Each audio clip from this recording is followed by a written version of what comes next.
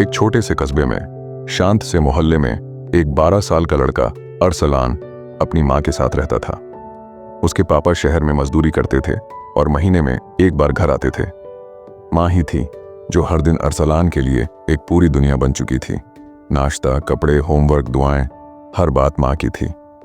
लेकिन अब अरसलान थोड़ा बड़ा हो रहा था। उसके अंदर अकड़ आ रही थी। वह माँ की बातों को टालने लगा था।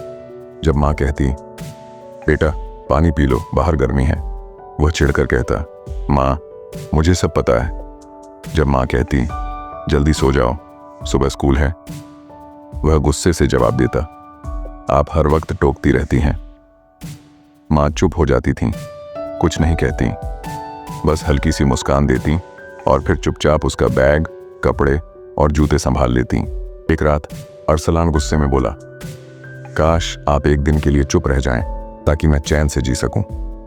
माँ ने कुछ नहीं कहा, बस नजरें नीची कर लीं और आंसू पोंछ लिए। अगली सुबह जब अरसलान की आंख खुली तो माहौल बदला बदला सा था। न नाश्ता बना था, न यूनिफॉर्म प्रेस था। रसोई सूनी थी और माँ वो बिस्तर पर लेटी थी, आंखें बंद, चेहरा पीला। अरसलान ने घबरा कर पुकारा, माँ उठिए ना, मुझे स्कूल जाना है। माँ ने धीरे धीरे आंखें खोली और कमजोर आवाज में कहा, बेटा आज तबीयत ठीक नहीं है, आज सब कुछ तुम्हें खुद करना होगा। ये पहली बार था जब माँ सच में चुप थी, थकी हुई, शांत। उस दिन अरसलान स्कूल नहीं गया। वो माँ के पास बैठा रहा।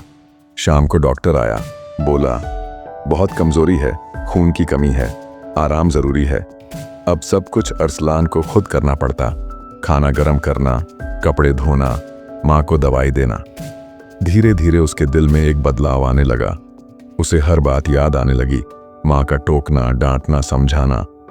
अब उसे समझ आया, ये सब परेशान करने के लिए नहीं था, ये सब प्यार था, चिंता थी, देखभाल थी। एक रात माँ ने उसे पुकारा, बेटा थक जाते हो ना। अरसलान की आंखों में आंसू आ गए। वो माँ के पैरों के पास बैठ गया और बोला, माँ मुझे आपकी हर बात याद आती है, फिर से डांटिए ना, पानी पी लो, सो जाओ, देर मत करो, बस खामोश मत रहिए। माँ ने पहली बार हल्की सी मुस्कान दी और कहा, बेटा माँ की खामोशी सबसे बड़ा दर्द होती है। अब अरसलान पहले जैसा नहीं रहा। वो माँ की हर बात ध्यान से सुनता, उनकी मदद करता, बिना बोले हर काम करता। माँ की मुस्कान उसके लिए सबसे बड़ी इनाम बन चुकी थी। उसने मन ही मन एक वादा किया, अब कभी ऐसा दिन नहीं आने देगा जब माँ को खामोश रहना पड़े। कहानी से सीख, माँ की हर बात, चाहे डांट हो या प्यार, उनके दिल की आवाज होती है। जब माँ खामोश हो जाए तो समझो कुछ टूट गया है।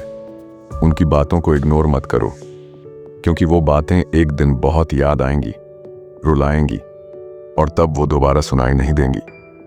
अगर माँ बोल रही हैं तो शुक्र मनाओ, क्योंकि माँ की खामोशी दुनिया की सबसे डरावनी चुप्पी होती है।